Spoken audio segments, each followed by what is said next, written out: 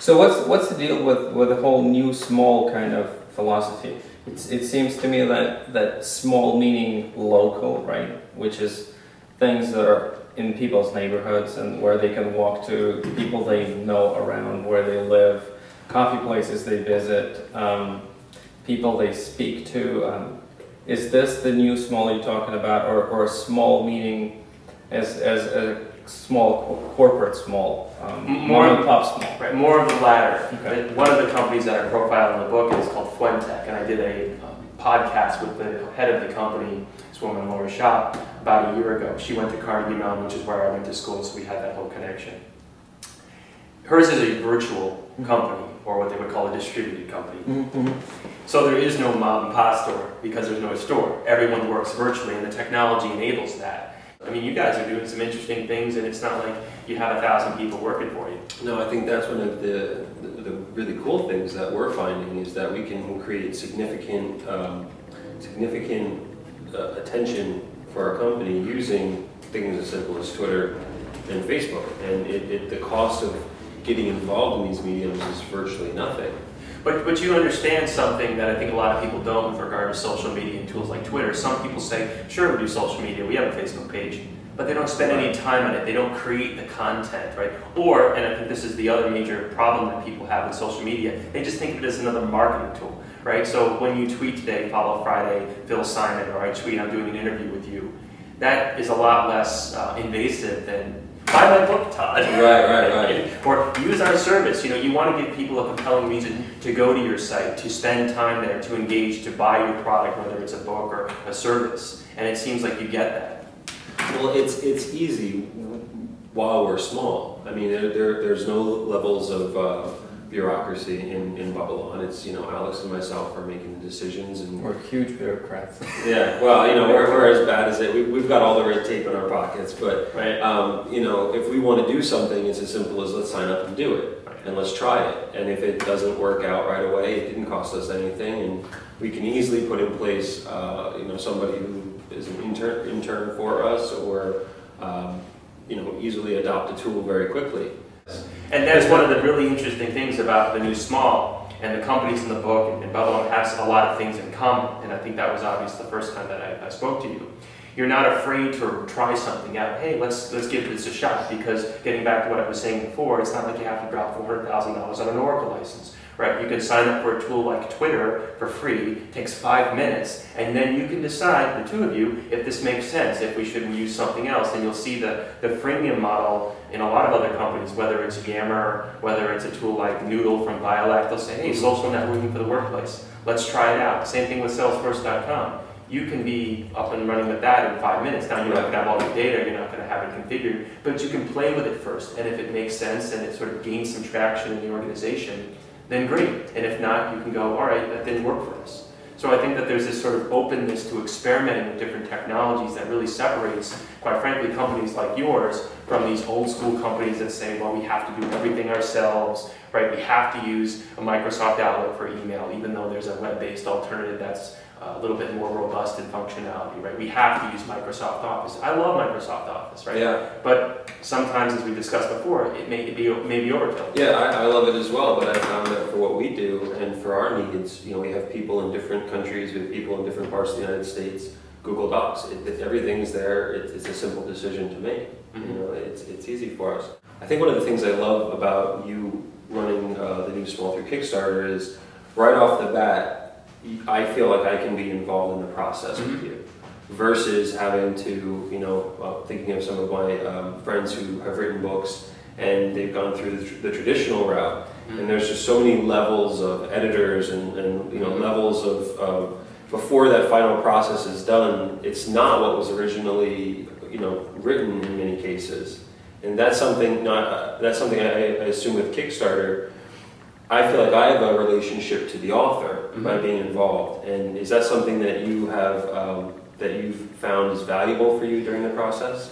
I think so, and I thank the people not only in terms of a tweet, but the way it's set up. You know, you'll get your name in the book in the acknowledgments, or there are certain levels. So I think you went for the autographed copies, so I'll bring it here, autographed. So there was this relationship, and then when the author, and I felt this way when I met some of my favorite musicians, right? They're just real people, they're nice guys, right? It makes me want to listen to their music more. And when I meet somebody else who likes the same band, say, do you Dream Theater or Rush, say, yeah, they're actually really cool guys. Mm-hmm. So I think that it's a very sort of infectious enthusiasm that kind of spreads. So you say, oh yeah, you know what, I know that guy.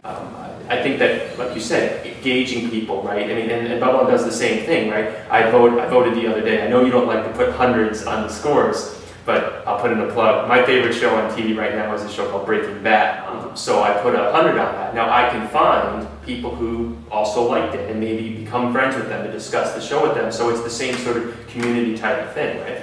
Well, what we see as important is that it's hard to know what your friends think about a variety of things. Like you may have a friend that you talk to about authors, or a friend you talk to about music, but you're not necessarily going to know that maybe the friend that you love their taste in music, maybe they also have really good advice for cars, and you may not know that about your friend. And so that's one of the really cool bits of value that Bubbalon offers, is you get to see a more three-dimensional picture of the likes and dislikes of your Well, it's funny that you mention that, because we live in this very social world, and one of the guys who, the way I set up Kickstarter, you have the different levels, one of which, and I never thought anyone would do this, for $200, I said, for 2 spots, I will dedicate the book to you.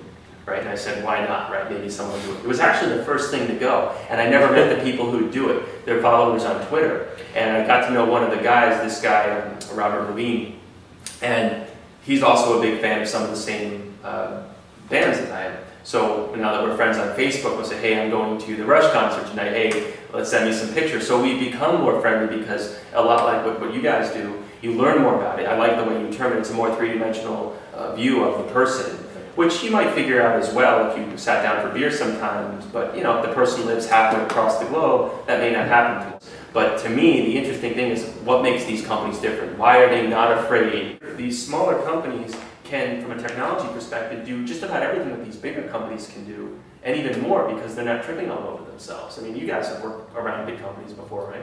Sure. Right? I mean, don't you find that sometimes the bureaucracy stifles the innovation? Oh, absolutely. And the other part of the book is that there's this war for talent going on. I know the economy isn't that great, but how many people are just getting fed up with the whole corporate thing, and they see what guys like you are doing, starting your own company and having some success, and they go, well, why can't I do that? So big companies are losing some key people who bring a lot of skills to the table. And I don't think that there's this stigma for saying I work for a company you've never heard of. But do they really like their jobs? And that's another key part of the book. These companies are creating much more meaningful jobs, right? You're not sitting there looking at the clock, because you're building something. You have this invaluable role. Seth Godin, in his book Linchpin, calls them these indispensable people, right? If one of you were to leave, that would be a major blow to the company. Right, so companies that have 6,000 people and you lose an accounts receivable clerk or customer service rep, yeah, right? So how, from a company's perspective, I think it behooves them to create these interesting jobs through these technologies. But from an employee's perspective, how do you want to spend your day?